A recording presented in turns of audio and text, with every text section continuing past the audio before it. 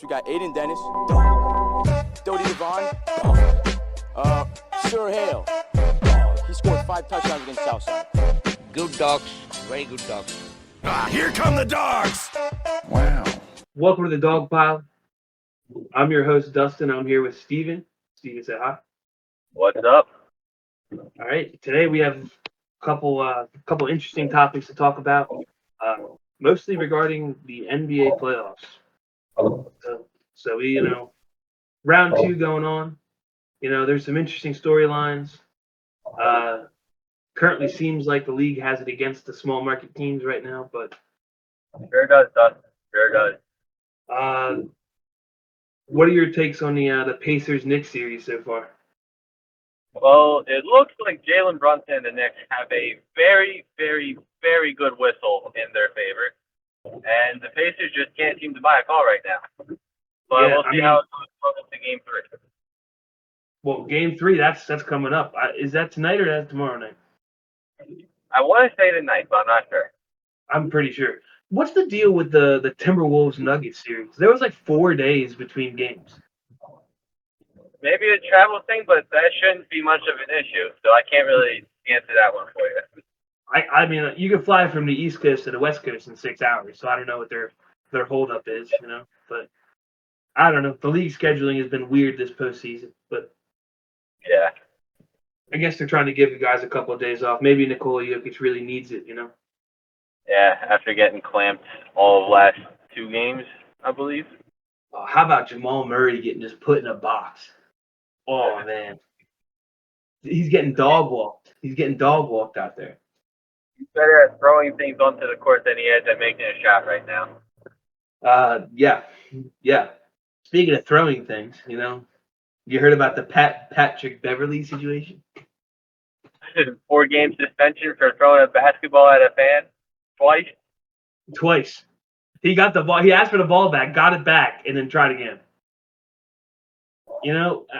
That's the type of dog that you want on your team. That's the type of dog that, will catch a felony for the team. I believe he actually missed his intended target too. Yeah, I'm pretty sure he some guy in the second row was talking crap, and I believe he I missed saw a and report. hit some girl. I saw Hit a some girl report. in the 4th row. And the girl in the face, yeah. I saw a report that said the fan said Cancun on 3 during the team huddle. I heard that also. I mean, the way they've been playing, are we surprised? I mean, it's just been a tough year for the Bucks. You start off pretty good, but clearly something's wrong. Lillard and Giannis don't really mesh until later on.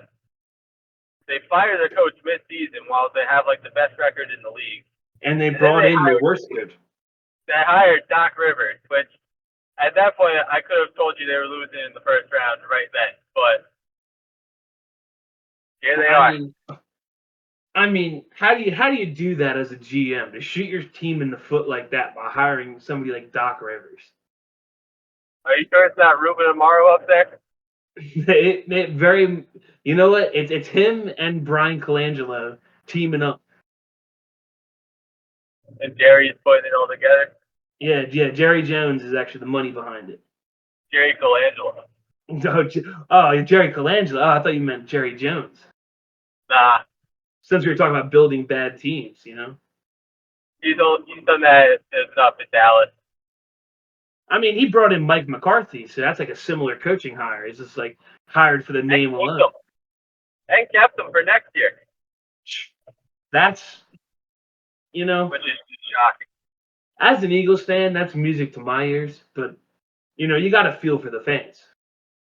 Yeah, I mean, I know a couple Cowboys fans, and let's just say they're not always happy come January, February to talk about football. Yeah, they stopped wearing their Dak Prescott jersey around December, from what I've seen. Could he benefit from a change of scenery out of Dallas? I'm pretty sure most players in Dallas would benefit from a change of scenery. Michael Parsons, man. Back? I don't know if Zeke has any legs left. He might I not. mean, running backs age really quick in the league. I have the same doubts about Saquon Barkley in Philly. It's not that they're not talented, they're extremely talented. They know the position well. They've been around the league for a while. They know what they're doing. But Yeah. with You that remember the said, reign of Todd Gurley? Todd You remember Gurley for like 3 seasons, he was unstoppable. Yeah, that felt like a decade ago, right? He's Yeah, probably like only 28 right now. Yeah, he probably could still play. Yeah. I'm surprised he doesn't give like a USFL or what is it, UFL now? USFL maybe? No, well, I think the XFL and the USFL merged. I believe that is true, yeah.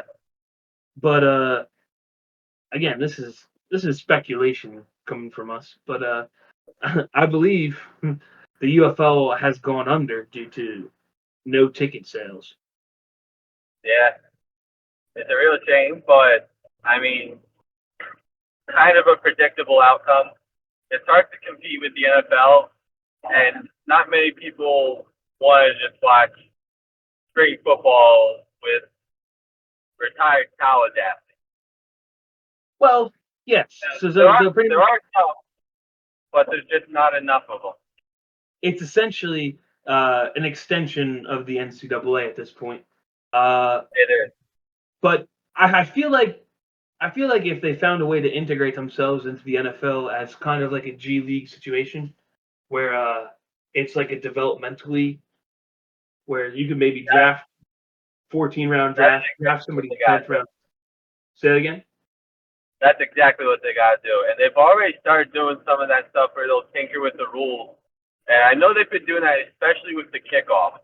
Yeah, Where the new kickoff.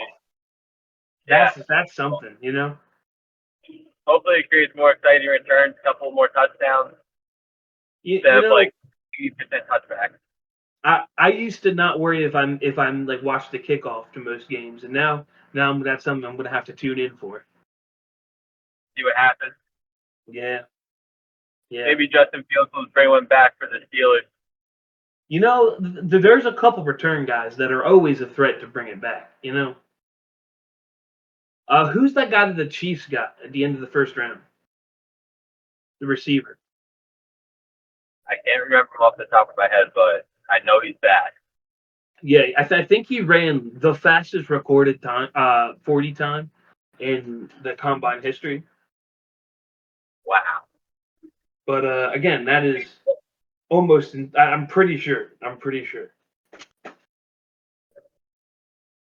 How about Justin Fields' teammates revealing that he's been discussed within the coaching staff as a potential special teams player? For some reason, that does not surprise me. I don't believe he has the wherewithal to be a NFL quarterback. We'll see, but there's no way he's stealing minutes from Russell Wilson. That is absolutely correct. I mean, Russell Wilson is on his way out, and if Justin Fields can learn a few things from him, I believe that is going to be a positive mentorship for him. I believe it's going to do great things for Justin Fields' career if he sticks around in the league long enough.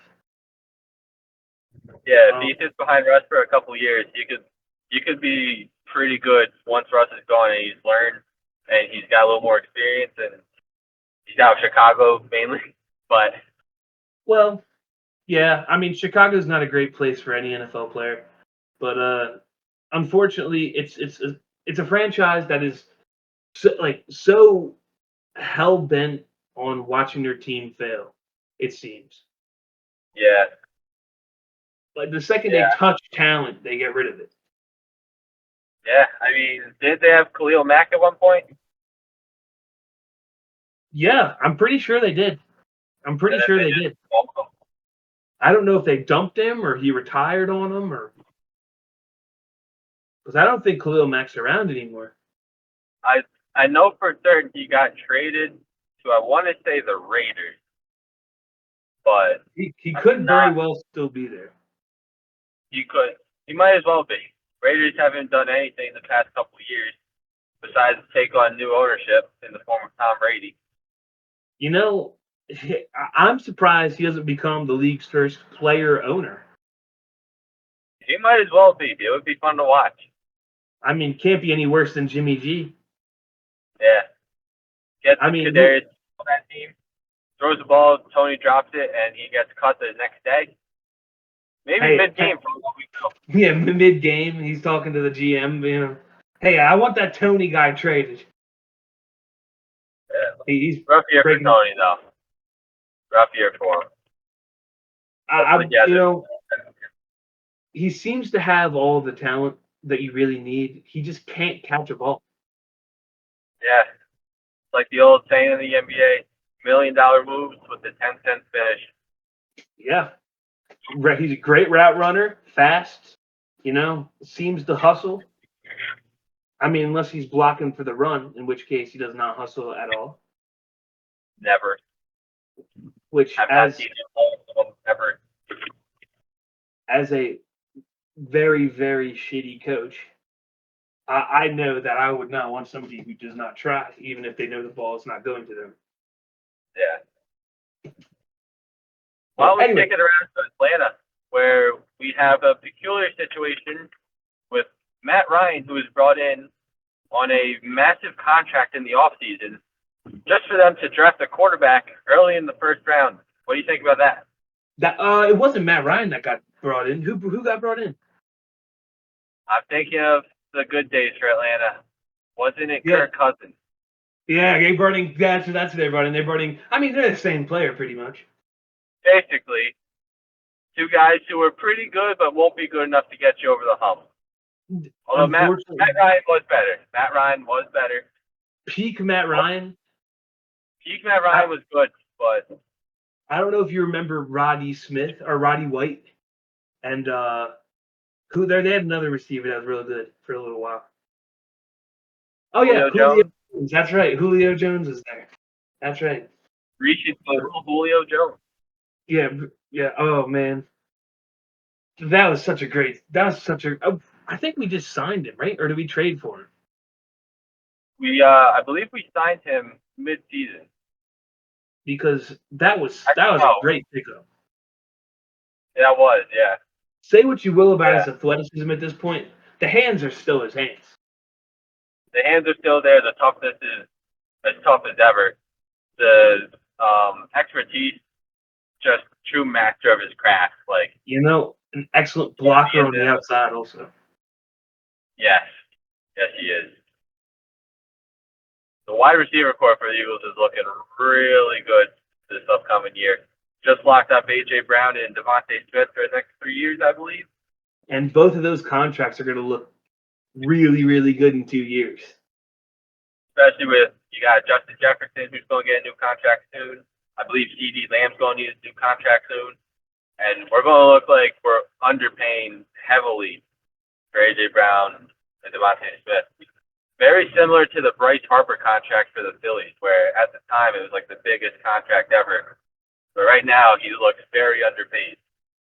I'm pretty sure Trout got like a bigger contract that same offseason right afterwards. He did. And now Ohtani is basically the owner of the Dodgers at this point. But yeah, how much would it cost to buy the team? $1 billion deferred. Yeah, I was gonna say it's like probably a few billion, right? So you tell me Ohtani doesn't play till he's 50. You know, if he plays till he's 50, he makes $1 billion. You know, this contract's for $1 billion. Next contract's probably for $5 billion. You know. Yeah, the structuring on that contract is ridiculous too. It's like $70 million a year, but $68 million of it's deferred till after he's done playing. Yeah, I'm fairly certain. I'm fairly certain that he's making more money after the 10 years than he is during the 10 years. He is. Yeah, it's $2 million per year that he's making right now through the end of the contract. And then are you sure $2 million is not $20 million? I'm pretty certain he's making $2 million a year right now. But I'm fairly. Sorry, go ahead. I'm pretty sure the $68 million is deferred till the end of the contract. Like now. Go ahead. Sorry, my bad. I keep cutting you off. You're good. I believe it's $70 million per year, but only $2 million of it is getting paid right now, while $68 million is being deferred till the end of the contract. Now, I was under the impression that it was $1 billion contract. I want to say $700 million. Yeah, almost $1 billion. Almost $1 billion. 700 over 10 years. Which Yeah, that's ridiculous. Just a little rounding up, and that's $1 billion. So. I mean, hey, you never know. By then, the Dodgers might look like geniuses. They might. You get the 10 years of Ohtani's prime. What happens if he gets traded? I believe the contract goes with him, but I don't know if it would fall on the Dodgers or if it was his new team, unless if they negotiate that in the trade deal. Because that might have saved the Dodgers from even having to worry about trading him. If no other team is going to want to pay him $68 million a year after he's already retired, Yeah. they might look like geniuses. I mean, not that Ohtani's out of the league in 10 years, I don't think. I think he's still kicking around. Yeah. I mean, the talent in the bat, I mean, that usually plays out till you're around 40 for most high-end talent guys like him. Oh yeah, I mean you got guys like Goldie still hitting like nobody's business. Yeah. I mean, you look at Pujols, he's, 42-ish? Is he still I thought he retired. He retired, but he was in the league till he was 41, I believe. Miggy was around till his 40s. No, I believe he was even older than that. He was playing when I was growing up. So he might have. Yeah, he was probably 42 then? Probably. I remember being a fan of Ryan Howard growing up and always hearing about Albert Pujols being better than him. And I was like, nah, but 56 home runs doesn't just happen, And, No, it doesn't. But then again, you look at Albert Pujols' career, and it blows Ryan Howard's out of the water. I think single season, I don't know personally. I'm sure there are plenty of better seasons, but I mean, at least for a Philly, there wasn't a better offensive season than that 2006 campaign from Ryan Howard. Yeah, I mean, that was something special. That was something really special. I mean, he batted over 300, led the league in home runs and RBIs, and probably total bases also. I mean, that's impressive statistics right there. You don't see anybody leading the league in home runs and bat 300 anymore. No, I mean, you got guys like Aaron Judge who hit the laces off the ball, but they're swinging and missing at most of their pitches there. Yeah, I'm pretty sure Aaron. I mean, this season, Aaron Judge has brought his strikeout rate down quite significantly. Yeah, but I believe John Stanton's having a good year for the Yankees too. But they ain't the Phillies, Dustin. They ain't the Phillies. How does number one taste? It tastes sweet. Very sweet. Very sweet. Led by dominant pitching, led by Zach Wheeler, Aaron Nola, Ranger Suarez. Spencer Turnbull's been a nice addition as well. He's really stepped up this year. You know who else I've really liked? Christopher Sanchez. I really like him too. He's been a dog. He's got really good now. stuff. And he doesn't give up on games also. He doesn't let the base runners get the better of him. He's good in the field, Yeah. Very good. A lot of analysts overlook the ability to play in the field. Whereas some pitchers, as soon as that ball's in play, they're out of it. They're out of the play. Yeah. They're not backing up second. They're not, cutting off the ball, anything. But then, or catching it, let alone, line drive towards the mound, kind of on the pitcher to catch it, Yeah. Some of the guys have crazy reaction times too. Well, you got guys like Ranger Suarez and Christopher Sanchez who are legitimate Gold Glove pitchers. Yeah, I mean Ranger is special. Anything around the mound, he's there, makes it look easy. On some plays that are just frankly quite hard to make. Well, and you would know, wouldn't you? I would. Being a pitcher, there's some plays that they're not as easy as they look.